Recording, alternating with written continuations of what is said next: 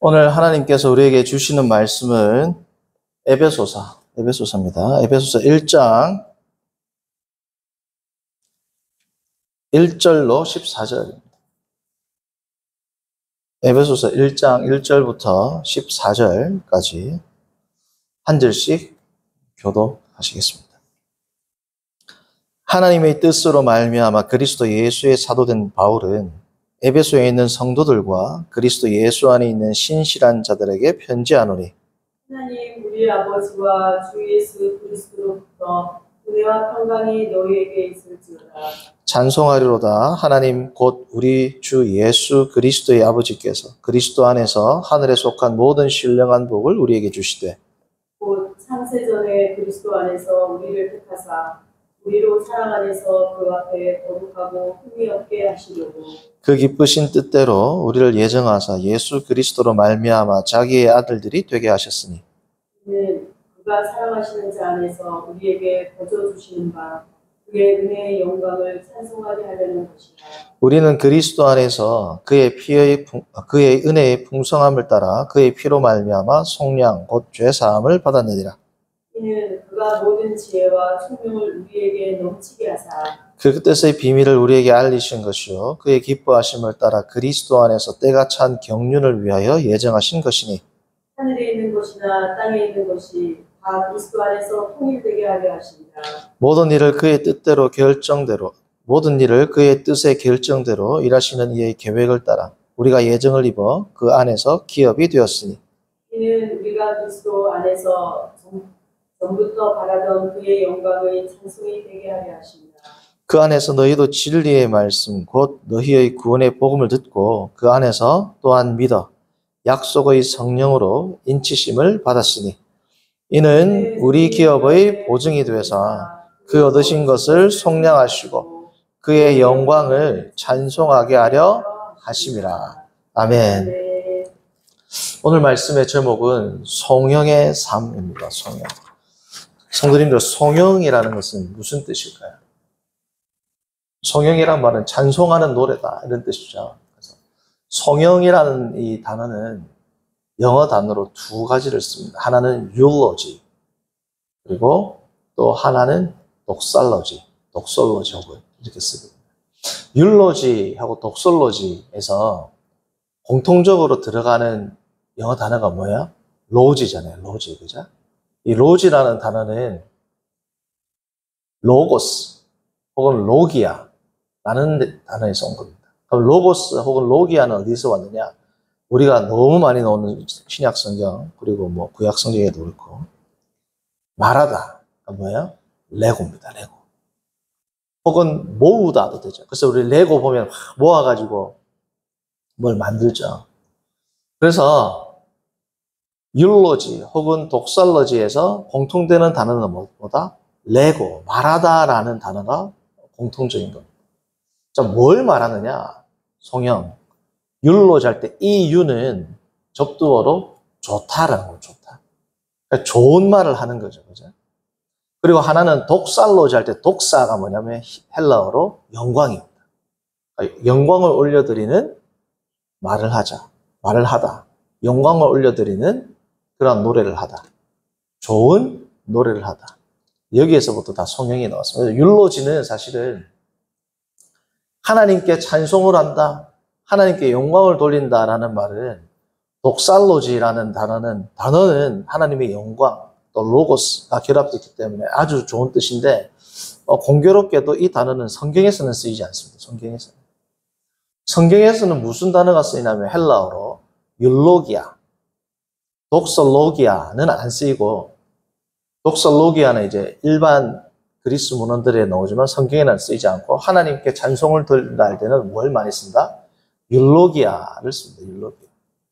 아니면 동사로 율로게오를 씁니다. 자, 그런데 이 율로기아라는 이 단어, 이 송영이라는 단어는 신약 성경에서 어떤 뜻으로 쓰이냐면 하나님께 찬송을 드린다라는 용례보다 사실은 계시록 5장 혹은 7장에 보면 그에게 영광과 뭐 찬송을 올려드린다 할 때 찬송 있죠. 이게 율로기아거든요. 찬송이라는 뜻도 사용되지만 하나님이 우리에게 주신 복도 사용됩니다. 그리고 하나님께 우리가 다른 사람의 복을 빌 때, 축복할 때도 사용합니다. 때로는 좋은 것들을 모으는 거니까 뭐예요? 헌금이죠. 헌금이나 연보에도 율로기아가 사용돼요. 심지어는 아첨하는 말도 좋은 말 하는 거잖아요. 그래서 그것도 율로기아라는 게 사용됩니다. 그런가 하면 요즘 영어권에서는 사람을 장례를 치르고 그 고인의 추모, 고인의 업적을 기릴 때에도 율로지라는 말을 사용합니다. 그래서 단어 자체의 뜻은 독살로지가 더 좋은 것 같지만 또 한편으로 성경에서는 율로기아를 더 많이 씁니다. 근데 이 율로기아는 하나님께 돌리는 찬송일 뿐 아니라 조금 전 언급해드렸던 그러한 뜻으로도 쓰입니다. 어쨌든 성경에서 율로기아 혹은 독설로기아라는 말을 우리가 쓸 때에는 누구에게 대한 노래다? 하나님에 대한 노래다. 특별히 하나님의 영광과 하나님의 존귀와 하나님의 거룩을 올려드리는 노래를 뭐라고 한다? 송영이라고 합니다. 그걸 독설로기아, 독살로지 혹은 율로기아, 율로지라고 합니다. 그래서 우리가 교회에서도 송영이라는 말을 간혹 쓸 때가 있지 않습니까?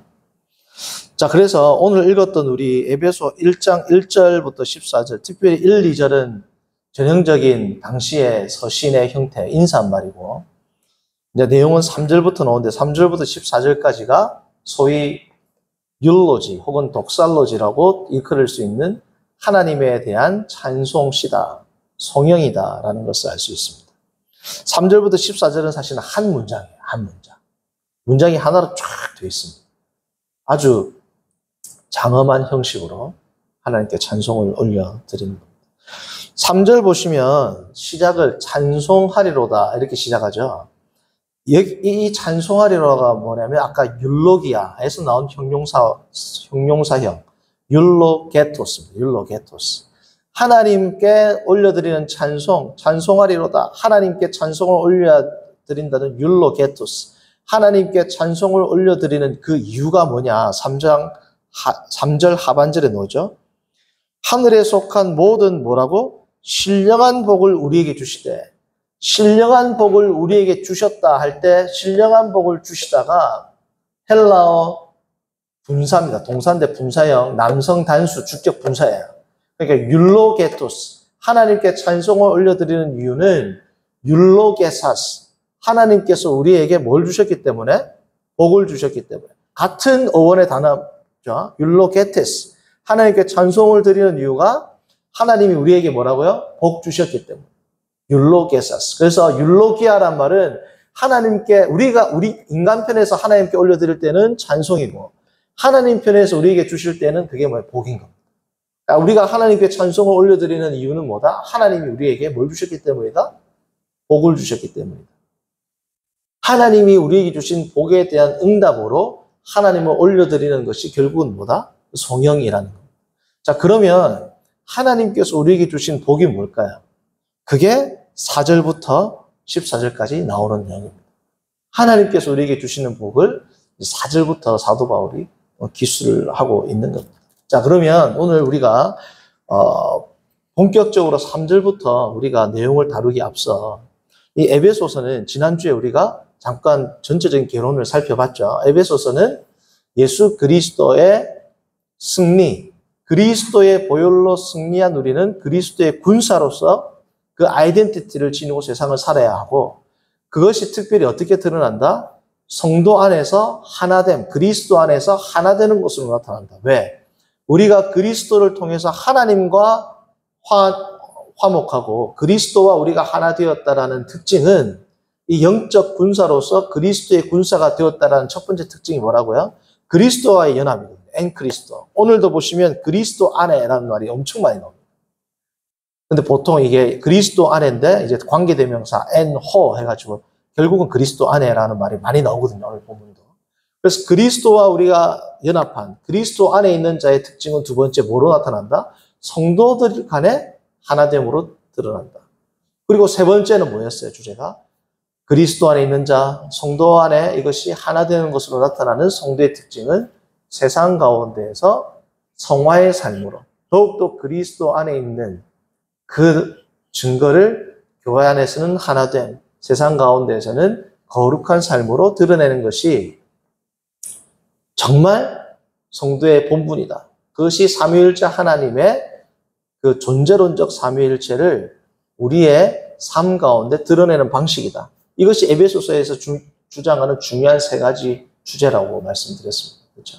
자, 그러면 오늘은 당연한 이야기이긴 하지만 잠깐 짚고 넘어갈 것이 있는데 내용을 다루기 앞서 이것도 에베소서에 대한 개론의 연장이라고 보시면 돼요.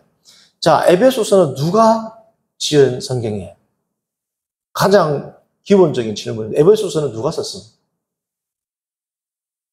1장 1절을 보시면 1장 1절을 보시면 됩니다. 자, 에베소서의 저자 에베소서는 누가 썼어요?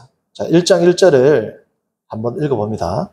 하나님의 뜻으로 말미암아 그리스도 예수의 사도된 바울은 하고 에베소에 있는 성도들과 그리스도 예수 안에 있는 신실한 자들에게 뭐한다?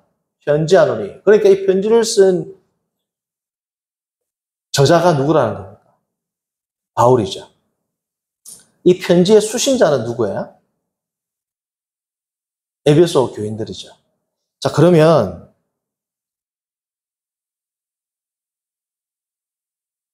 반응을 주면서 반응. 혼자 있는데 반응을 안 하니까 내가 허공이 하는 것 같아요. 자, 저자가 누구라고? 아니, 저자는 바울이죠, 바울. 자, 그러면 이 바울이 저자라는 것은 너무나도 당연한 상식과도 같은 겁니다. 왜요? 에베소서를 시작하는데 누가 편지한다고 썼어요? 바울 본인이 썼다라고 지금 성경에 기록하고 있잖아요. 그런데 바울이 쓰지 않았다라는 이상한 주장들이 나옵니다. 특별히 한 150년 전부터 많이 나옵니다. 그런데 이 바울이 쓰지 않았다라는 바울이 쓰지 않았을 수도 있다라고 주장하는 사람들이 누구냐? 대부분 학자들이었어요. 학자들이 왜 바울이 썼다라고 성경에 기록했는데 바울이 쓰지 않았다라고 주장을 할까요? 사실은 이 주장은 논할 가치도 없습니다. 그렇죠? 이 교회 내에서는. 성경에서 사도 바울이 썼다 그러는데 사도 바울이 안 썼을 수도 있다라는 것 자체가 성령의 영감과 성령의 권위를 믿는 발언이에요. 믿지 않는 발언이에요. 이 발언 자체가 사실은 다루는 것조차도 입이 부끄러운 그러한 내용이란 말이죠. 그러나 소위 신학자라고 하는 많은 사람들이 특별히 진보 진영에 있는 사람들이 사도 바울이 쓰지 않았을 것이다. 쓰지 않았을 수도 있다라는 말을 해왔고 특별히 150년 전부터는 이러한 주장을 하는 많은 학자들이 있어요. 저는 제가 공부를 하면서도 도대체 왜 이런 주장을 하나라는 생각을 하면서 공부를 해왔습니다. 근데 제가 성도님들께 이 말씀을 드리는 이유는 왜 하냐. 성도님들이 바깥에서도 또 이렇게 신앙생활을 하다 보면 소위 성경의 영감을 부인하는 자들 중에서 성경을 많이 알고 계신 분들이 있어요. 그분들이 툭 던질 때 이 에베소서는 바울이 안 쓴 거다. 바울이 안 썼을 수도 있다. 라고 이야기를 하면서 많은 학문적인 아주 우리가 들어보지 못했을 법한 그러한 내용들을 쫙 나열을 한단 말이죠. 그러면 우리가 성도님들 가운데 아이 말도 안 되라고 하는 분들도 계시겠지만 사도 바울이 안 썼을 수도 있나? 라고 현혹될 수 있는 분들도 있기 때문에 제가 이 말씀을 먼저 드리는 겁니다.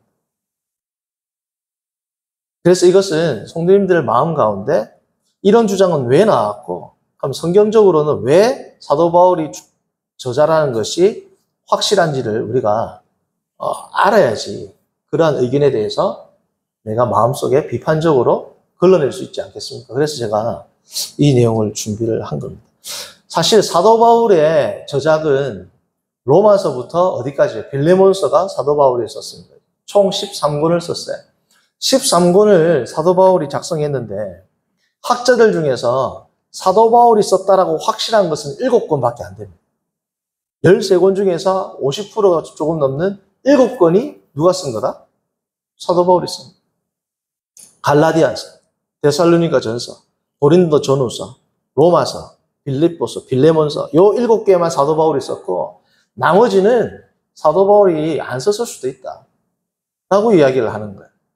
그래서 사도 바울이 쓰지 않았을 수도 있다라는 것 중에서 3개는 의심이 된다. 3개는 의심이 된다라는 게 뭐냐? 오늘 읽었던 에베소서, 그리고 골로새서, 데살로니가 후서입니다. 확실히 사도 바울이 안 썼다라고 주장하는 게 디모데전서, 디도서. 그러니까 이게 왜 이런 주장을 할까요? 그러니까 제가 성도님들 혹시 사본학적으로 신약 성경이 사본이 한 5,800여 개 정도 됩니다. 사본학적으로 사도 바울 말고 혹시 다른 사람이 있었다라는 사본들이 존재하는가 제가 찾아봤어요. 그래서 어떻게 찾느냐? 사본이 5,800개인데 어떻게 다 찾겠어요, 제가? 그리고 제가 그 파피루스라든지 코덱스 같은 건 저는 안 갖고 있습니다. 그렇죠? 물론 제가 이제 자료로 구입을 한 그런 사본들도 있긴 합니다. 그런데 그 5,800개를 어떻게 찾냐고요. 그래서 이 5,800개 여기의 사본들을 다 조사를 해가지고 이게 어떤 사본에는 이렇게 기록했고 어떤 사본에 이렇게 기록됐습니다라는 것을 정리한 연구서가 있습니다.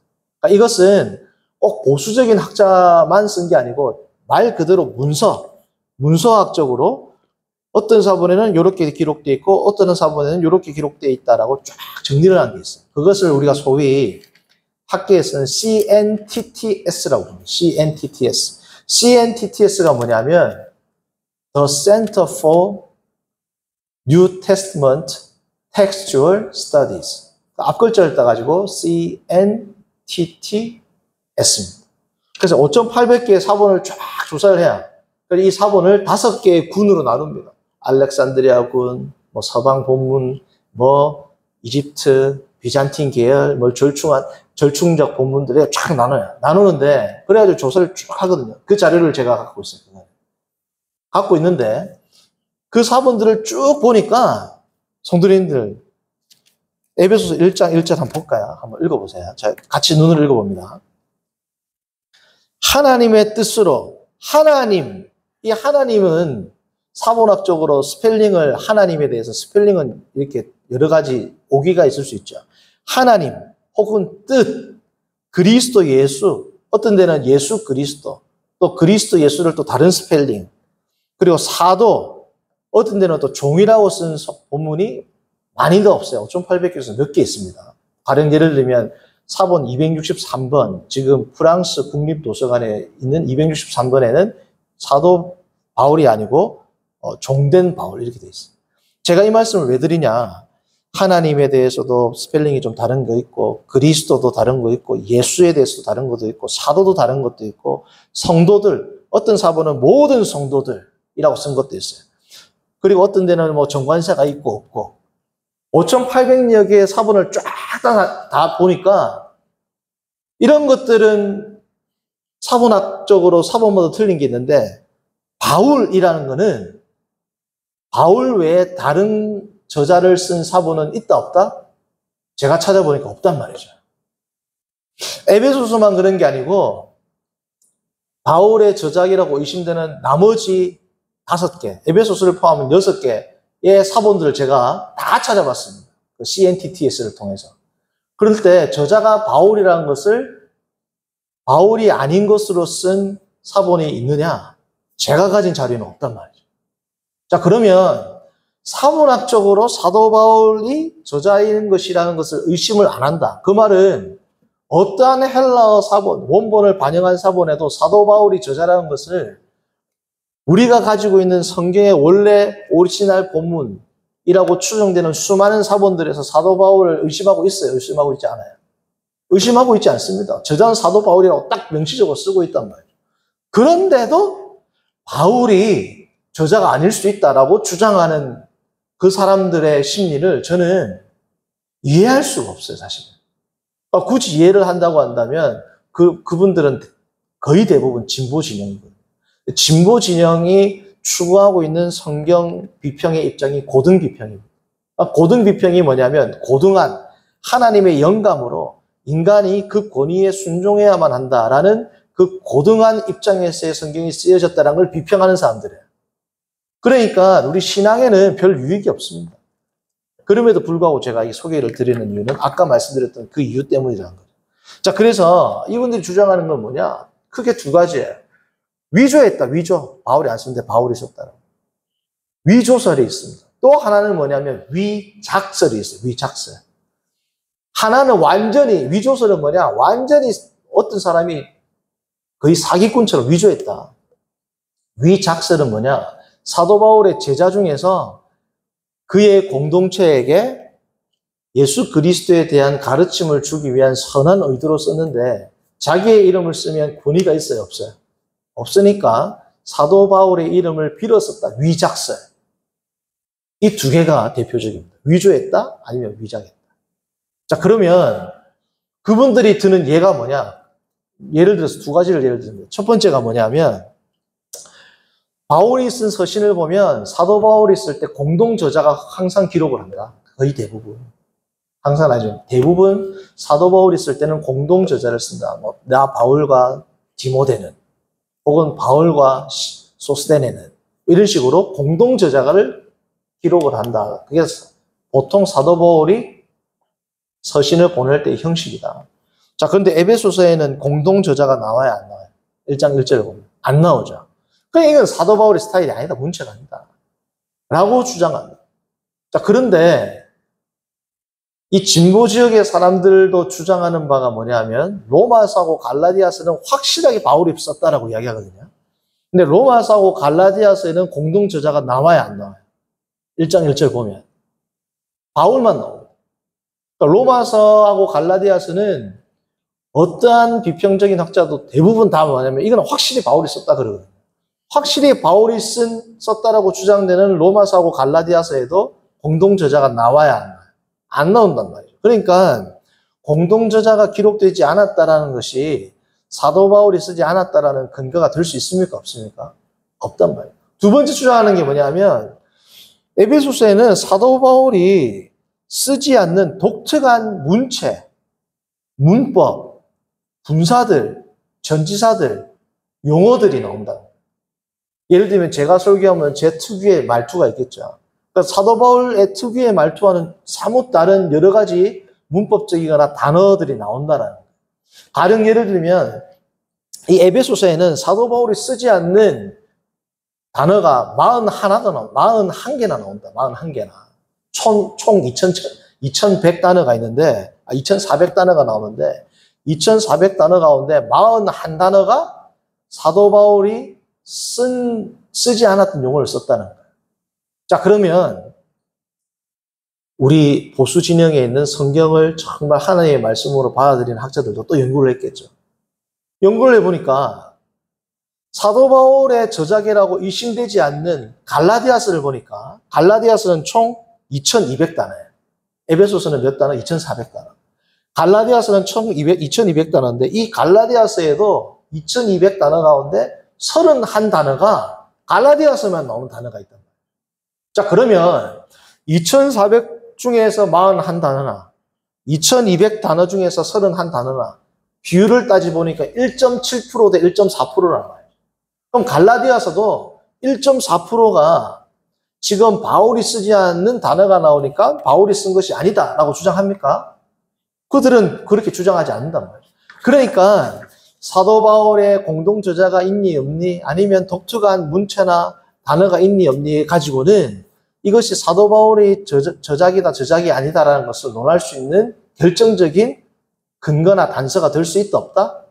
없다는 겁니다. 왜냐하면 사도 바울의 저작이 예를 들면 플라톤이나 아리스토텔레스처럼 엄청나게 많은 저작이 아니잖아요.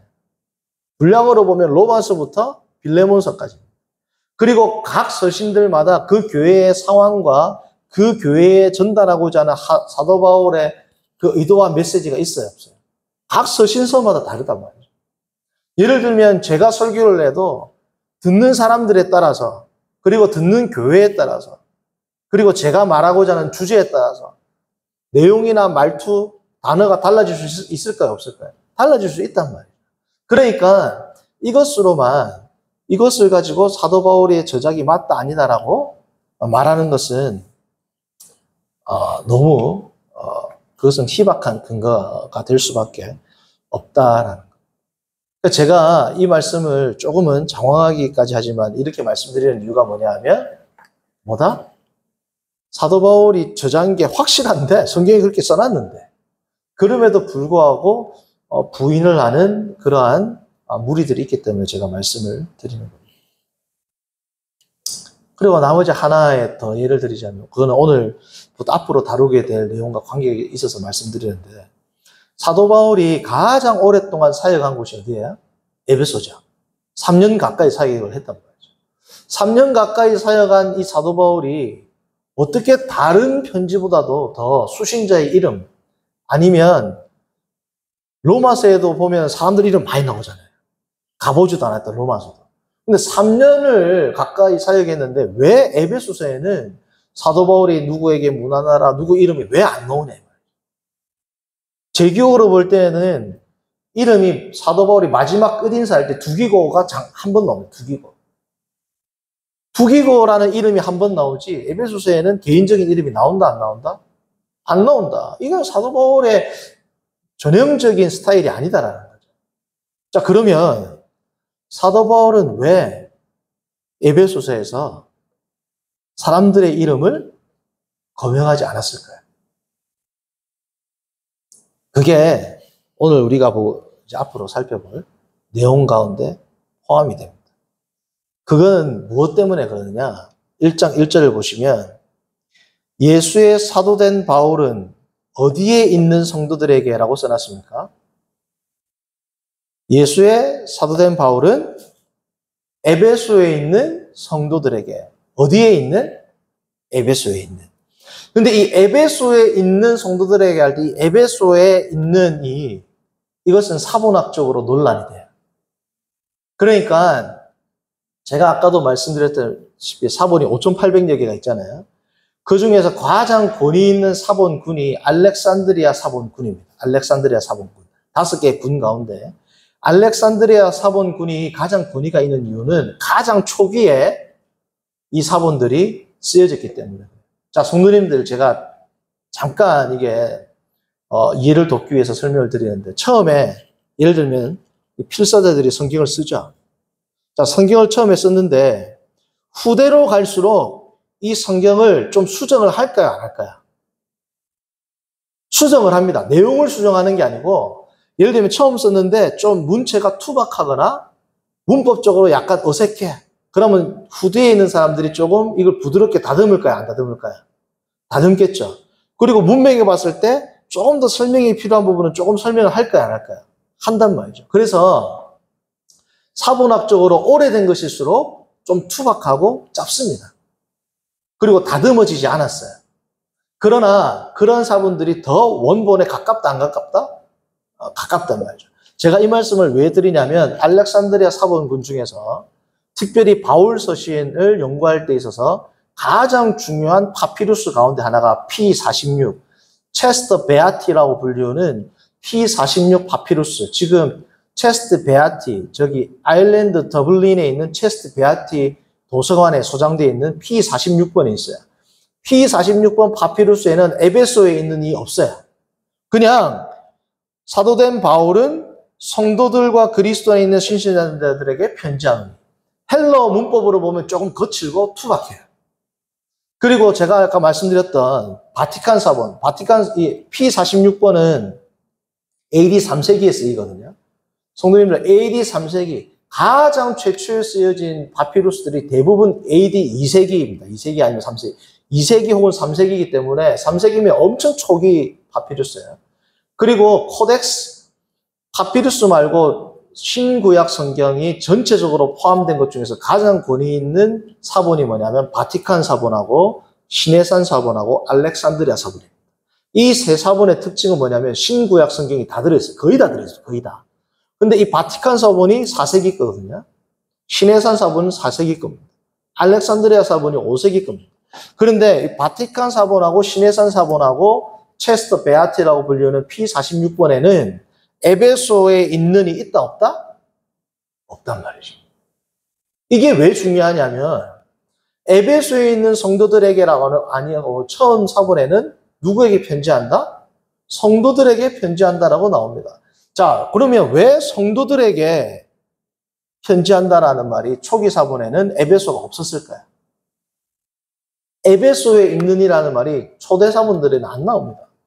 그 이유는 에베소서의 특징이 enclitic letter 혹은 circular letter, 번역하자면 회람서신으로 기록됐을 가능성이 많습니다. 회람서신이라는 건 뭘까요, 성도님들? 자, 요한계시록은 한 교회에 준 거에 회람용으로 준 겁니다. 계시록. 회람용으로 준 거죠.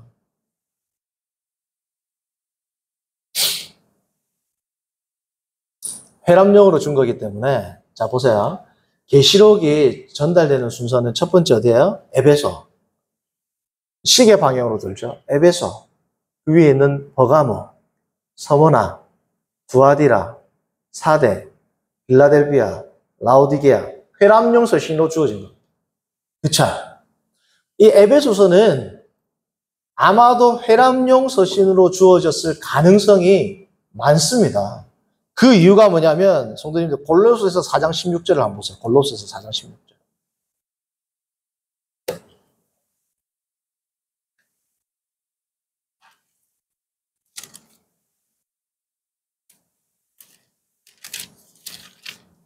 (4장 16절을) 제가 읽어봅니다. 이 편지를 너희에게 읽은 후에 라오디게아인의 교회도 읽게 하고 또 라오디게아로부터 오는 편지를 너희도 뭐라고? 읽어라. 그러니까 지금 골로새, 라오디게아 거의 붙었거든요. 히에라폴리스. 그리고 그러니까 골로새에 있는 교인들도 지금은 소실됐지만 라오디게아서라고 말할 수 있겠죠. 라오디게아서를 골로새 교인들도 읽고 라오디게아인들은 또 골로새를 읽고, 그러니까 에베소서나 골로새서와 같은 이런 것들은 회람용으로 돌았다는 증거가 될 수 있어요, 없어요? 될 수 있단 말이죠. 왜? 골로새서를 라오디게아인들도 읽게 하라. 그리고 라오디게아인들에게 쓴 편지를 골로새 교인들 너희들도 읽어라. 이 말은 사도 바울이 회람서신을 많이 보냈을 것이라는 것을 추정할 수 있습니까, 없습니까? 추정할 수 있단 말이죠. 그러니까 에베소서는 처음에 에베소에 있는 일이 빠졌을 거예요. 왜? 소아시아에 있는 교회들에게 사도 바울이 뭐 때문에 보냈다? 회람용으로 보냈을 거란 말이죠. 자, 회람용으로 보내니까 개인적인 이름을 쓸 수가 있어요, 없어요? 그러니까 개인적인 이름이 안 나오는 거예요. 성도님들, 이 회람서신으로 쓰였을 것이라는 또 다른 강력한 증거가 사본학적으로 말시온, 이단이지만 말시온이 자기가 이것은 정경이라고 정경 목록을 쫙 목차를 나열하는 게 있습니다. 말시온의 성경 목록을 보면, 자, 성도님들, 우리도 에베소서를 보면, 에베소서 1장 보면 1장 위에 뭐라고 써놨어요? 에베소서라고 써놨죠. 마태복음 예를 들면 위에다가 마태복음 써놨죠. 그 에베소서라고 위에 써놓은 게 헬라어로 프로스 에페시우스입니다. 프로스 에페시우스. 그런데 이 프로스 에페시우스가 아까도 말씀드렸다시피 P46, 바티칸 사본, 그리고 시내산 사본에는 에베소에 있는 성도들에게라는 이 말이 있다 그랬어요? 없다 그랬죠? 없다 그랬죠. 그런데 공교롭게도 P46, 시내산 사본에는 아니지만 알렉산드리아 사본, 바티칸 사본, 에베소에 있는이라는 말이 없는 이 서신서에도 위에 제목에는 에베소에게 보내는이라는 걸 써놨습니다. 그러니까 필사자들이 에베소서는 처음으로 누구한테 보낸다? 에베소에 보낸다는 것을 누구나 알았기 때문에 위에다가 에베소에 보내는, 우리로 말하면 에베소서라는 제목을 붙였단 말이에요. 말시오는 뭐라고 붙였다? 라오디게아에게 보내는. 왜? 라오디게아에게도 돌아다녔을 겁니다. 라오디게아에 돌아다니는 그 사본을 말시온이 아마 습득했을 겁니다. 그리고 또 다른 증거는 에베소에 보내는 이라는 이 사본 있죠. 그 사본 중에서 어떤 사본은 어떻게 써놨느냐? 에베소에 첫 번째로 보낸다. 이렇게 얘기해요. 에베소에 처음으로 이 글을 시작한다. 그러니까 다른 데도 보낸다라는 것을 암시하고 있어요. 암시하고 있잖아요. 암시하고 있죠. 그게 어디에 나온다? 제목에 나온다. 제목. 그러니까 제가 이 말씀을 드리는 이유는 뭐냐? 에베소에 있는 이란 말은 원래 초기 사본에 빠졌을 것이다. 그 이유가 뭐다? 회람서신으로 기록되었기 때문에. 그러나 누구든지 에베소에다가 이 서신을 보냈다라고 사람들이 알 수 있었던 이유는 제목을 소위 에베소서라고 제목을 타이틀을 거의 대부분의 사본은 붙인다 안 붙인다? 붙이게 되어 있습니다. 그리고 초대 교부들도 이 에베소서를 다 에베소에 보내는 편지라고 그들이 주석에다가 쓰고 있어요. 그러므로 이 에베소에 있는이라는 말이 없는 이유는 우리가 앞으로 성경을 해석할 때 중요한 게 뭐다? 이것은 한 교회, 특정한 교회를 사도 바울이 생각하고 쓴 서신서가 아니고 뭐다? 회람서신으로 전 교회에다가 사도 바울이 읽힐 것을 고려하고 쓴 성경이 에베소서라는 것이 됩니다. 자, 그래서 이제 여기까지가 개론이 되고요. 그래서 오늘 우리가 이제 잠깐 본격적으로 이제 내용을 살펴보겠습니다. 에베소서의 기록 장소는 대개 바울이 로마 감옥에 있을 때로 봅니다. 가이사랴에 2년 동안 갇혔을 때로 보는 사람들도 있지만 대부분 로마로 봅니다. 그 이유는 다음에 또 제가 기회가 되면 설명을 드려요. 어쨌든 로마로 보는 게 가장 합리적이고, 그리고 기록 연대는 사도 바울이 로마 감옥에 있을 때 AD 61년 정도로, 60년에서 61년 정도로 봅니다. 오늘 우리가 읽었던 이 3절은 소위 뭐라고 그랬어요? 송영이라고 그랬습니다. 송영. 자, 하나님을 찬송하는 이유는 그 이유가 뭐라 그랬습니까? 하나님께서 모든 신령한 복을 우리에게 주셨기 때문에 찬송한다 그랬죠. 자, 그러면 하나님께서 우리에게 주신 복이 무엇인지를 이제 4절부터 기술합니다. 성도님들 3절부터 14절까지는 두 가지 관점으로 읽을 수 있어요. 첫 번째는 뭐냐 하면 삼위일체적 관점으로 읽을 수 있습니다. 하나님 중심, 삼위일체적 관점, 존재론적 관점으로 읽을 수 있어요. 두 번째는 뭐냐면 우리 성도의 관점, 형이상학적 관점, 인간학적 관점에서 읽을 수 있습니다. 하나는 뭐라고요? 위로부터의 관점, 존재론적 혹은 삼위일체적 관점으로 3절부터 14절을 읽을 수 있고, 또 반대로 인간학적 관점, 형이상학적 관점 혹은 성도의 관점에서 또 밑에서 위로 올라가는 방식으로 이 성경을 읽을 수 있다는 겁니다. 먼저 위에서 밑으로 삼위일체적 관점으로 먼저 읽어보겠습니다. 자, 4절부터 제가 3절을 읽었으니까 4절부터 읽는데, 읽을 때 제가 원어에 있는 그 의미를 더 살리는 방식으로 제가 읽어볼게요. 곧 창세전에 그리스도 안에서 우리를 택하사 우리로 그 앞에 거룩하고 흠이 없게 하시려고 사랑 안에서 그 기쁘신 뜻대로, 그러니까 4절에 있는 사랑 안에서는 사실은 그 기쁘신 뜻대로 앞에 있는 것으로 보는 게 더 나아요. 그러니까 곧 창세전에 그리스도 안에서 우리를 택하사 우리로, 사랑 안에서가 아니고 우리로 그 앞에 거룩하고 흠이 없게 하시려고 사랑 안에서, 누구의 사랑? 하나님.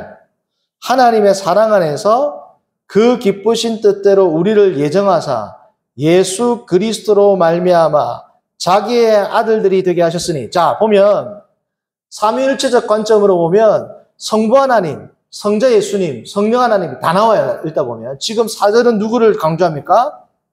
성부 하나님을 강조하는 겁니다. 성부 하나님.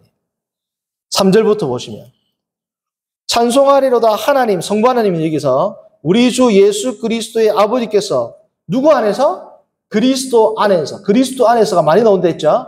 그리스도 안에서 하늘에 속한 모든 신령한 복을 우리에게 주십니다. 모든 신령한 복은 누가 주신다? 특별히 삼위일체 하나님 가운데 성부 하나님이 주신단 말이죠.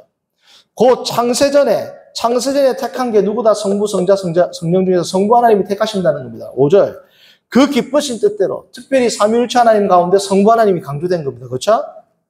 예정하사 자기의 누가 되게 하셨다? 아들들이 되게 하셨다. 성도님들, 여기서 아들들 할 때는 아들이 헬라어로 휘오스인데 휘오스를 안 쓰고 히오스테시아를 씁니다. 히오스테시아. 히오스테시아라는 것은 무슨 뜻이냐면 휘오테시아.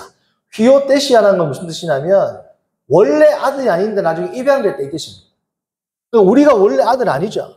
그래서 그리스도 안에서 자기의 입양된 아들들이 되게 하셨다 이 뜻입니다. 자, 입양된 아들은 누구랑 달라요? 6절. 이는 그가 사랑하는 자. 누구예요? 그 사랑하는 자입니다. 정관사 더가 붙었어요. 그가 사랑하는 자, 누구랑 구별되는 겁니까? 예수 그리스도랑 구별되는 거예요. 원래부터 아들인 예수 그리스도하고 구별이 되죠. 그 사랑하는 자, 다시 말하면 그리스도 안에서 우리에게 거저 주시는 바 그의 은혜의 영광을 찬송하게 하려는 것이다. 7절. 우리는 누구 안에서? 그리스도 안에서 누구의? 그의, 여기서 하나님. 그리스도 안에서 하나님의 은혜의 풍성함을 따라 그리스도의 피로 말미암아 속량 곧 죄사함을 받았느니라. 이는 하나님이 모든 지혜와 총명으로 우리에게 넘치게 하사 하나님의 뜻의 비밀을 우리에게 알리신 것이요 하나님의 기뻐하심을 따라 그리스도 안에서 때가 찬 경륜을 위하여 예정하신 것이니 하늘에 있는 것이나 땅에 있는 것이나 다 그리스도 안에서 뭐되게? 통일되게 하려 하심이라. 성도님들 3절부터 14절까지 쭉 읽으면 제일 강조가 되는 분이 누구예요? 하나님입니다. 하나님. 하나님이 영광과 찬송을 받으시는데 누구 안에서? 그리스도 안에서 받는다. 자, 하늘에 있는 것이나 땅에 있는 것이 다 누구 안에서? 그리스도 안에서 통일되게 하려 하심이라. 성도님들 통일되게 한다라는 이 헬라어가 조금은 어려운데 아나케팔라이오입니다. 아나케팔라이오. 이 단어가 왜 중요하냐면 아나는 강조거든요. 아나케팔라이오는 두 가지 어원에서 나온 것을 주장해요. 하나는 뭐냐면 머리라는 케팔레입니다. 케팔레. 아나케팔라이오, 케팔레 비슷하죠? 케팔레라는 머리입니다. 또 하나의 어근은 뭐냐면 케팔라이온. 케팔라이온은 뭐냐면 수집하다, 모으다, 통일하다 이런 뜻입니다. 근데 보세요. 케팔레하고 케팔라이온 비슷하죠? 케팔라이온도 사실은 머리라는 그 어원에서 나온 거예요. 그러니까 한 머리를 축으로 다 모으는 거잖아요. 그죠? 머리를 중심으로 통일하는 거잖아요. 그래서 아나케팔라이온은 무슨 뜻이 세 개가 함축적으로 축약되어 있느냐? 자, 보세요. 사람이 모읍니다. 모을 때는 뭐가 있어야 돼요? 기준이 있어야 되죠. 머리를 중심으로 모은다라는 뜻이 있어요. 두 번째, 새롭게 한다. 왜 새롭게 되는 거예요? 확 널려 있는 것을 모으면서 새롭게, 예를 들면 요약하는 것도 전체적인 뜻을 새롭게 요약하는 거죠. 여기서 새롭다는 것은 어원적 의미에서는 무슨 뜻이냐면 새롭게 하다는 거예요. 모으면서 새로운 공동체로 만든다는 뜻이 있어요. 자, 그러니까 예수 그리스도 안에서 통일된다는 건 뭐냐면 하나님께서 그리스도 안에 온 천하 만물을 모아서 새롭게 하심으로 그리스도를 머리로 모시게 하는 것. 그것이 하나님의 뭐라고요? 창조 섭리고 특별히 하나님이 우리에게 주신 가장 큰 복이라. 그리고 온 천하 만물이 앞으로 있을 모든 천하 만물의 가장 큰 복이 뭐다? 그리스도를 중심으로 하나 되어서 그리스도를 높이는 것, 송영하는 것, 찬송하는 것. 이게 하나님의 가장 중요한 섭리고 은혜라는 거예요. 11절. 모든 일을 하나님의 뜻의 결정대로 일하시는, 일부러 제가 그를 하나님, 어쩔 때는 예수님으로 넣으니까 풀어서 설명해드리는 겁니다.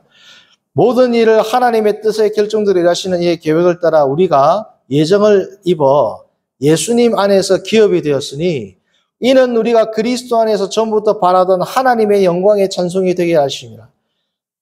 예수님 안에서 너희도 진리의 말씀. 자, 누구 안에서 듣는다? 예수님 안에서 듣는단 말이에요. 진리의 말씀 곧 너희의 구원의 복음을 듣고 예수님 안에서 또한 믿어 약속에 이제 누가 나와요? 성령으로 인치심을 받았으니 14절 그는 여기에서 성령님 말하는 거예요. 그는 그 얻으신 것을 속량하시려고 여기서 그 얻으신 것은 하나님이 얻으신 것입니다. 그는 하나님이 얻으신 것 다시 말하면 하나님의 소유 왜 하나님의 소유를 얻으신 것이라는 단어를 썼을까요?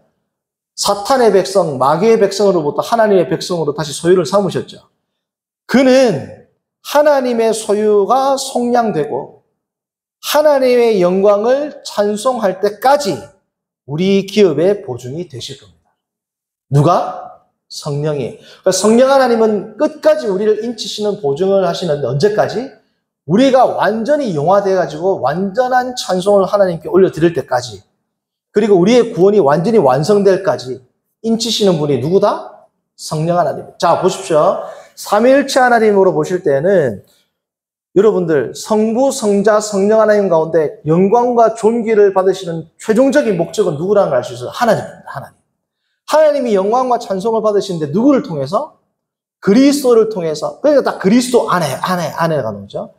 그리스도 안에서 하나님의 영광의 찬송이 되게끔 우리를 인도하시는 분이 누구다? 성령 하나님이라. 자, 그러면 이것을 반대의 관점, 인간의 성도의 관점, 형이상학적 관점, 인간학적 관점으로 읽으면 어떻게 되느냐? 자, 보십시오. 3절부터 14절을 보시면 반복되는 단어, 반복되는 표현이 3번씩 나오는 게 2가지가 있어요. 3번씩 나오는 게 2가지가 있는데, 그러면 이게 지금 3절에서 14절 중에서 제일 중요한 거겠죠? 자, 3절에서 14절 중에서 3번씩 나오는 게 첫 번째 뭐냐? 그 기쁘신 뜻대로. 그 기쁘신 뜻대로. 자, 5절. 어떻게 나옵니까? 그 기쁘신 뜻대로. 9절.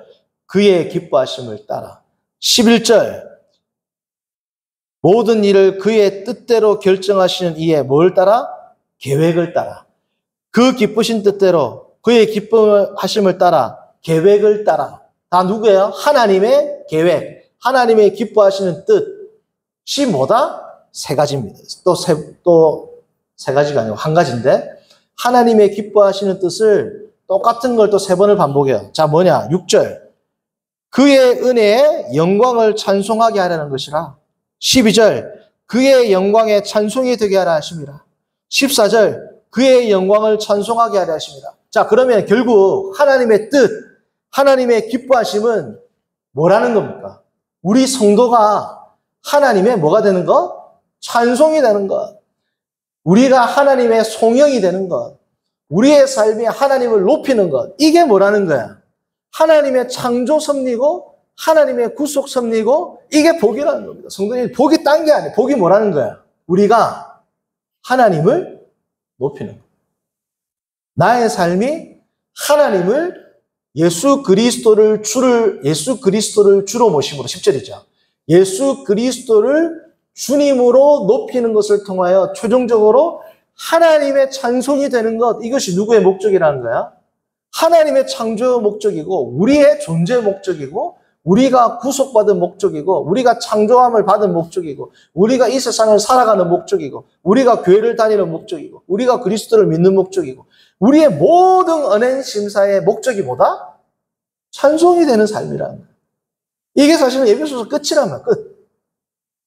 여러분들, 복이 딴 게 아닙니다. 나의 삶을 통하여 내가 그리스도의 찬송이 되는 삶을 사는 것, 그게 복이랍니다. 그게 교회 안에서는 하나 되는 것이고 나의 삶 가운데 사회에서는 거룩하게 사는 것이고 이게 다 찬송의 삶이라는 거죠. 자, 그러면 이 찬송의 삶이라는 게 뭐냐? 크게 3가지입니다. 첫 번째, 4절 보십시오. 거룩하고 흠 없이 사는 것이 뭐다? 찬송의 삶이다. 4절 보시면 그 앞에서 어떻게? 거룩하고 흠 없게 하시라. 성도님들, 흠 없다라는 이 단어는 아모보스라고, 이 단어는 성도님들 예수 그리스도를 예표하는 단어예요. 왜냐하면 구약에 보면 흠 없는 어린 양 할 때, 흠 없다 할 때 이 단어를 쓰거든요. 그러니까 예수 그리스도가 하나님 앞에 흠 없는 제물로 드려진 것처럼 우리가 하나님 앞에 거룩한, 구별된, 그리고 흠이 없는 정결한 제물로 마치 로마서 12장 1절에 나오는 것처럼 거룩한 우리가 삶의 예배, 몸을 드리는 것, 우리의 몸을 하나님 앞에 거룩한 삶으로 흠없이 드리는 것, 이게 뭐라는 거야? 우리의 복이고 이게 영광의 찬송을 올려드리는 삶이란. 두 번째는 뭐냐? 5절. 자기의 아들들이 되게 하셨다. 양자가 되게 하셨다. 예수 그리스도를 통하여 하나님의 아들로서 아들에 부합하는 그 직분에 그 권리에 부합하는 삶을 사는 게 뭐다? 그게 복입니다, 성도님. 딴 게 아니란 말이에요. 하나님의 아들답게 사는 거는 뭐다? 우리가 다른 사람들 앞에서 높아지는 것. 그게 아니고 뭐예요? 거룩하고 흠 없이 사는 것. 그렇게 되면 마지막으로 어떻게 되느냐? 10절. 우리를 통하여 모든 천하 만물이 그리스도를 주로 모시고 하나 되어서 찬송의 삶을 살게 하는 것. 이게 뭐다? 우리의 복이라. 성도님들 그냥 간단합니다. 우리가 거룩하게 살면 우리를 통하여 모든 피조물들이 다 예수 그리스도를 어떻게? 주로 모시는 것을 통하여 하나님께 영광을 올려드린다. 이것이 에베소서의 뭐예요? 핵심 메시지입니다. 핵심. 지난주에 말했던 이 세 가지는 결국은 이 핵심 메시지에 뭐예요? 종속되는 겁니다. 그리스도의 군사로 사는 것, 하나 되는 것, 그리고 뭐예요? 성화의 삶을 사는 것. 이것 자체 왜 이렇게 사느냐? 그게 뭐다?